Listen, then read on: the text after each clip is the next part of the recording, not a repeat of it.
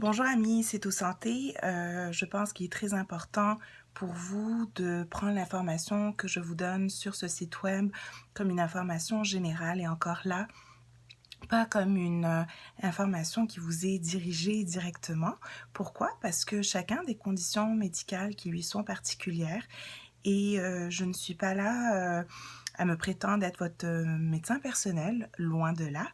Et donc, il est très important, avant de commencer ce type d'alimentation, de se poser la question, est-ce que c'est une alimentation qui est indiquée pour moi?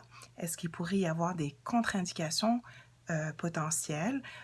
Et qu'est-ce que je devrais faire pour adopter cette alimentation de la manière la plus sécuritaire compte tenu de ma situation médicale?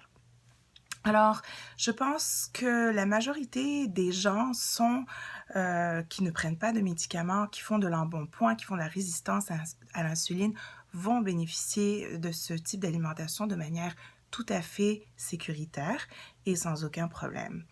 Là où il est important de prendre des précautions particulières, c'est quand on a des problèmes médicaux, évidemment, et surtout si on prend des médicaments qui peuvent avoir un impact sur notre santé et qui peuvent notamment avoir des interactions potentielles avec ce type d'alimentation. Je parle plus précisément des personnes atteintes de diabète qui prennent déjà des hypoglycémies en oraux, qui peuvent se retrouver dans des situations d'hypoglycémie importante, voire même d'acétocétose diabétique avec une catégorie de médicaments bien particulière. Et donc, si vous êtes diabétique connu et que vous prenez des médicaments pour le diabète, il est tout à fait judicieux, important et nécessaire d'avoir un suivi médical avant même de commencer ce type d'alimentation pour décider s'il y a des médicaments à cesser ou à nettement réduire avant même de changer votre alimentation. Deuxièmement, la même chose si vous faites de la haute pression. Il y a des médicaments à ajuster et il est absolument nécessaire de consulter avant même de prévoir de changer votre alimentation afin d'avoir un plan en tête de qu'est-ce qu'on fait quand on prend des pressions puis qu'elles baissent. Avec qui je communique, c'est qui va être responsable de faire des ajustements de dose, etc. Deux autres conditions médicales pour lesquelles je dirais c'est une contre-indication relative et pour lesquelles des précautions extrêmes devraient être prises, c'est l'insuffisance rénale assez avancée mais non dialysée. Ce type de condition médicale habituellement requiert une alimentation très spécifique avec une réduction de la quantité de protéines que la personne consomme afin de protéger les reins et une alimentation cétogène ou une alimentation LCHF standard recommande des doses standards de protéines. Et donc, ces doses standards ne sont pas compatibles avec les doses recommandées chez les patients atteints d'une insuffisance rénale non dialysée. L'autre aspect important, c'est les gens qui sont atteints d'insuffisance cardiaque. Là encore, ces patients-là vont être sous diurétiques généralement, d'autres médicaments pour le cœur qui sont dits liposolubles, donc qui se dissolvent dans notre gras.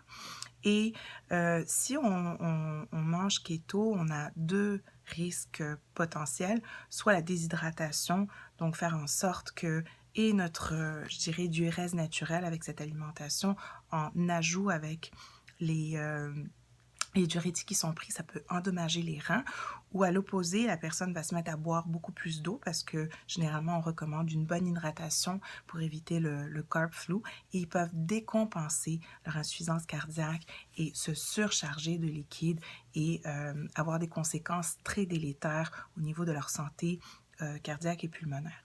Donc, là encore, l'importance et la pertinence de pouvoir consulter, discuter de cette option avec quelqu'un qui connaît votre état de santé et qui pourrait vous conseiller de manière beaucoup plus judicieuse que moi, qui ne vous connais pas. Finalement, il faut réaliser qu'il y a des contre-indications absolues à ce type d'alimentation-là. Donc, des gens qui ne devraient jamais manger une alimentation cétogène. Pourquoi? Parce que ces gens-là ont des conditions génétiques qui font en sorte qu'ils ne peuvent pas utiliser le gras pour comme source d'énergie. Et c'est des gens avec des mutations génétiques assez rares. Donc, ça ne court pas les rues non plus. Mais c'est des maladies qu'on dit mitochondriales, un peu plus compliquées. Je ne vais pas rentrer dans tous les détails. Mais ces gens-là se reconnaîtront, puis habituellement ont déjà un suivi médical très serré par rapport à ces conditions médicales. Alors, les petites usines dans nos cellules qui produisent l'énergie, qui s'appellent les mitochondries, n'ont pas l'appareillage, l'outillage, les enzymes nécessaires pour pouvoir changer leur forme de consommation d'énergie, de glucose à des corps cétoniques ou des acides gras.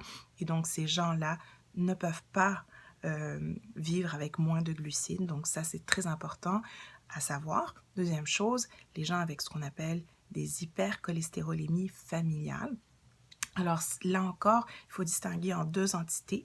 Les gens qui ont des problèmes de cholestérol qui sont reliés à l'alimentation et l'embonpoint. Généralement, on y remédie bien avec ce type d'alimentation.